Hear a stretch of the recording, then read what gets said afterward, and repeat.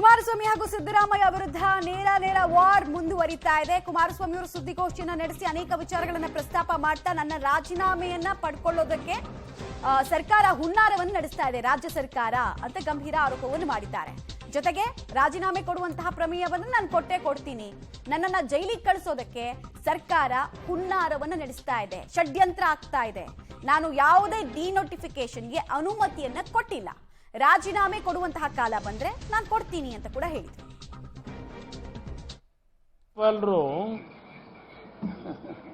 ಅವ್ರಿಗಿರ್ತಕ್ಕಂಥ ಅಧಿಕಾರ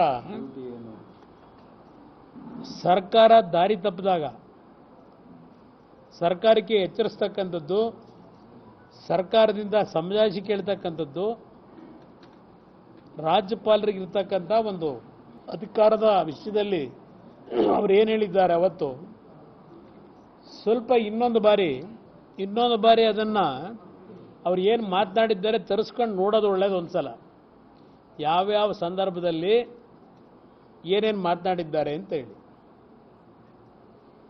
ಇಲ್ಲಿ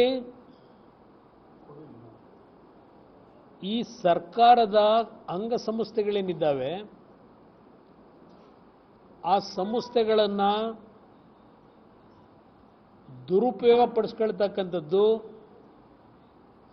ಇಲ್ಲ ಅದರ ಮೇಲೆ ಆ ಸಂಸ್ಥೆಗಳ ಮೇಲೆ